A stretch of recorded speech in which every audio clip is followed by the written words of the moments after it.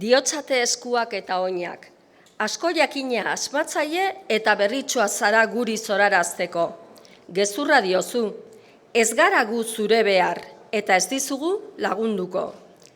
Lagazuten sabela egun batzuetan janik eta edanik eman gabe.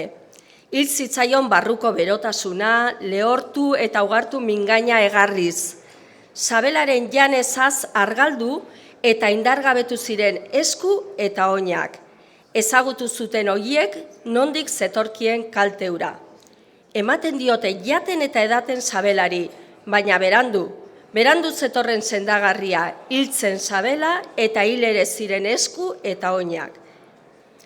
Ipuin honek esan nahi du, ez dela bakoitza guztia beretzat, edozein gizonek behar dituela lagungarriak senide, adiskide eta ongileen artean. Errege bat ez dela izango errege, bere menpekoak laguntzen ez badiote. Etxe, soro eta baso asko dauzkan handikirik aberatzenak burua galdu ez badu, aitortuko du, alferrak direla halako ondasunak nekatzen ez bada behargina.